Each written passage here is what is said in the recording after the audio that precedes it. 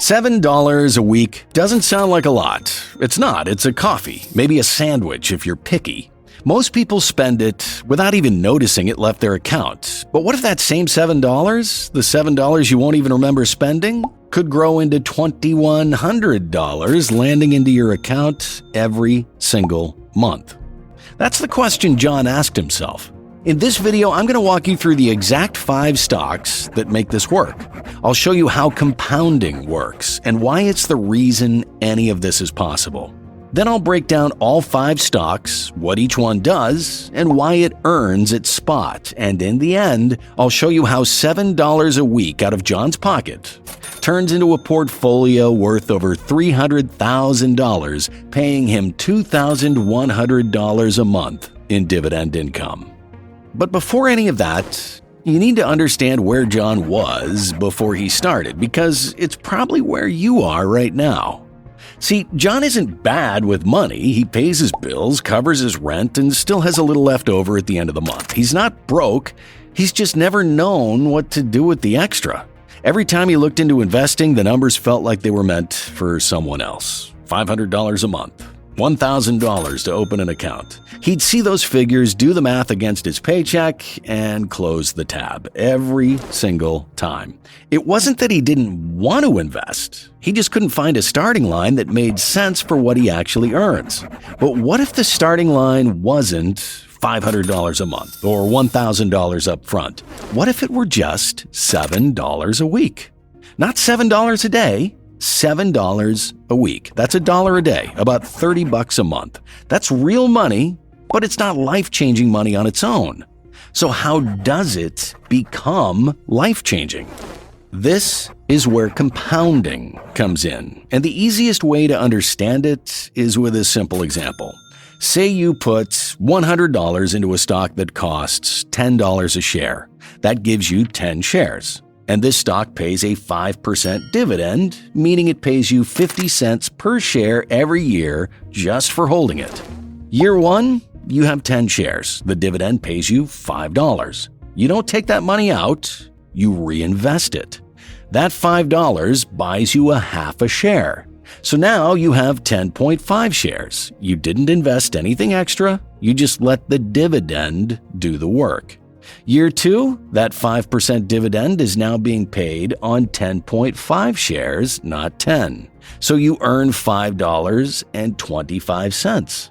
You reinvest that too. That buys another half share and a little more. Now you're sitting on 11.03 shares. Still haven't added a single dollar of your own money.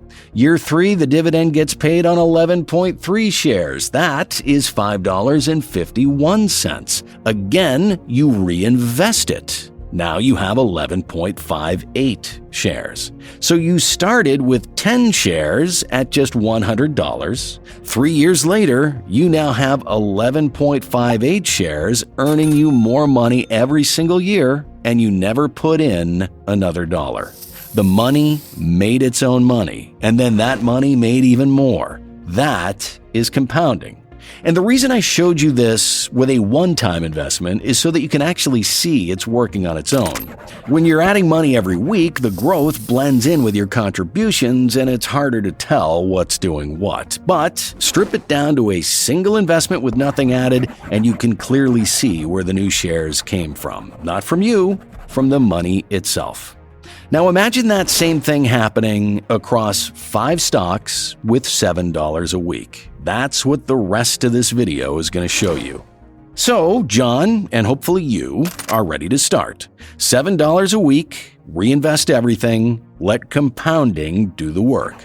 But now he's got another question. Why not just find the single best stock and put all $7 into that one thing? And honestly, it's a fair thought. If one stock is the best, why would you water it down by splitting your money 5 ways? But here's what John realizes. One stock can cut its dividend. One stock can have a bad year. One stock can change its management, lose a contract, or get hit by something nobody saw coming. And if all of your money is sitting in that one name, that one stock, your whole plan breaks with it. 5 stocks means no single company can take John's income away from him. It's not about finding one perfect pick, it's about building something that keeps working even when one piece doesn't. And the way John builds it follows something called a core and satellite strategy. The core is one broad ETF, diversified, steady, doesn't need any babysitting. That's the foundation. The satellites are individual stocks that each do one specific job that the core can't do on its own. One targets faster dividend growth, one adds defense, one pulls harder on appreciation, one fills a gap nobody's watching. The core keeps the portfolio stable, meanwhile the satellites are what push it from good to exceptional.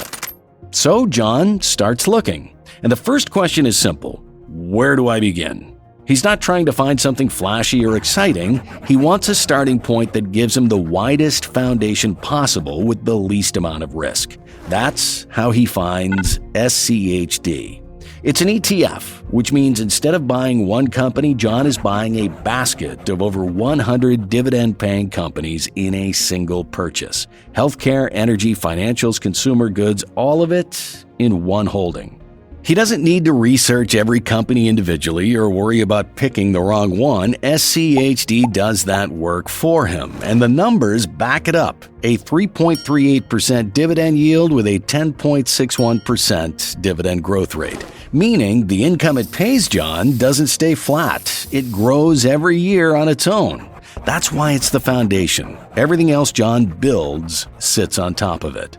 So that's one stock down. We've got 4 satellites to go. And after that, we'll build a portfolio of all these stocks and our ETF. And in the end, I'll show you how John's $7 a week is projected to turn into a $300,000 portfolio that could pay him over $2,100 every single month.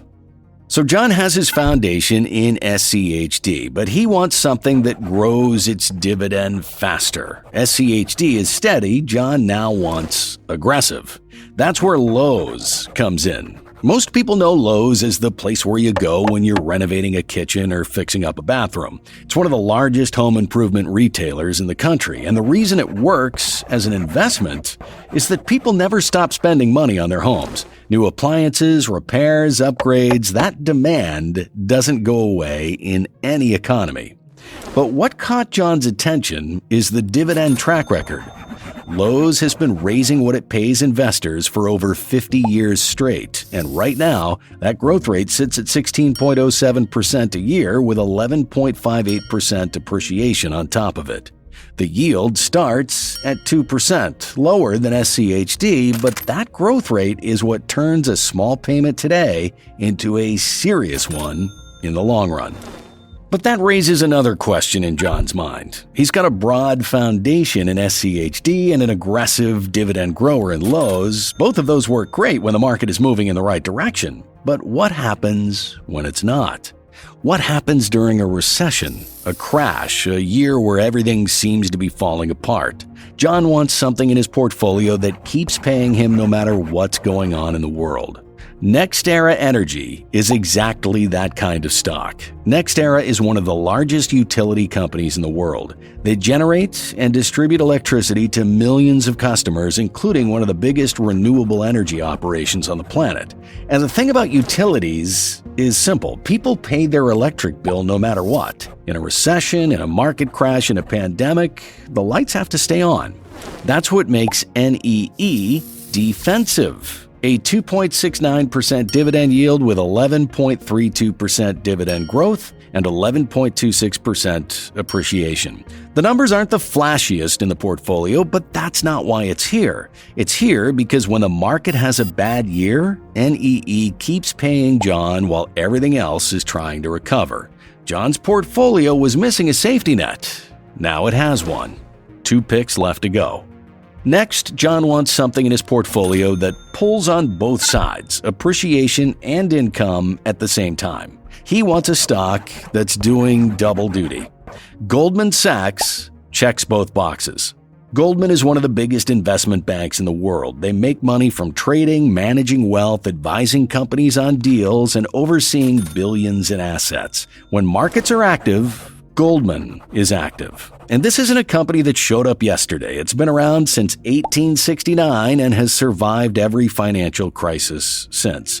What makes it stand out in John's portfolio is the combination. 14.52% annual appreciation, the highest of any pick he's made so far, and 19.55% dividend growth sitting right next to it. The stock price climbs fast, and the income it pays John grows almost as aggressively. Every other stock in this portfolio is a name most people have heard of. SCHD, Lowe's, NextEra, Goldman Sachs. These are big companies that show up on every investing website and every YouTube video. But John's fifth pick isn't like that. Federal Agricultural Mortgage, ticker AGM, is a company that finances farms and rural housing across America. Think of it as the backbone behind American agriculture. Farmers need land, equipment, infrastructure, and AGM helps make that financing happen. It's been doing this since 1988, and it fills a gap in the market that almost no other company touches. It doesn't show up on trending stock lists, and that's exactly why John almost missed it. But then he looks at the numbers, and everything changes. A 4.34% dividend yield, the highest in this entire portfolio. A 23.48% dividend growth rate, also the highest in his entire portfolio. And 13.14% annual appreciation, sitting right behind Goldman Sachs for second place. Every single metric that matters for building long-term dividend income, AGM leads. So now, John has all five. SCHD for the foundation, Lowe's for aggressive dividend growth, NextEra for defense, Goldman Sachs for double-duty appreciation and income, and AGM, the pick nobody talks about, leading every major metric in the portfolio. He's putting $1.40 a week into each one. That's $7 a week total. That's it. And here's what happens when all five run together. Across the five stocks, John's portfolio blends out to a 2.93% dividend yield, a 16.21% dividend growth rate, and an 11.79% average annual appreciation. And that dividend growth number is what makes this whole thing work over the long run. But numbers on paper don't mean much until you see what they actually do to John's money. So after year one, John's portfolio is worth $364. That's basically just what he put in. Nothing exciting, nothing that would make anyone look twice. By year 10, it's projected to grow to $7,613. Still not life-changing, but that's more than double what he put in out of pocket. Something is clearly happening underneath the surface. By year 20, it hits $45,995. Now it's real. John has put in less than $8,000 of his own money at this point, and the portfolio is worth 6 times that. And then, year 30, John's portfolio reaches $301,553. The dividend income it pays him that year is $25,288, which breaks down to $2,107 every single month on $7 a week. John invested $10,920 total. That's every dollar he ever put in over 30 years. His portfolio gave him back $290,633 on top of that, $168,757 from his stocks growing in value, and $121,875 from reinvested dividends, doing exactly what we talked about earlier.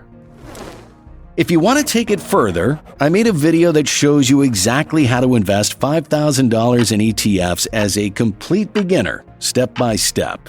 And that one's on screen right now.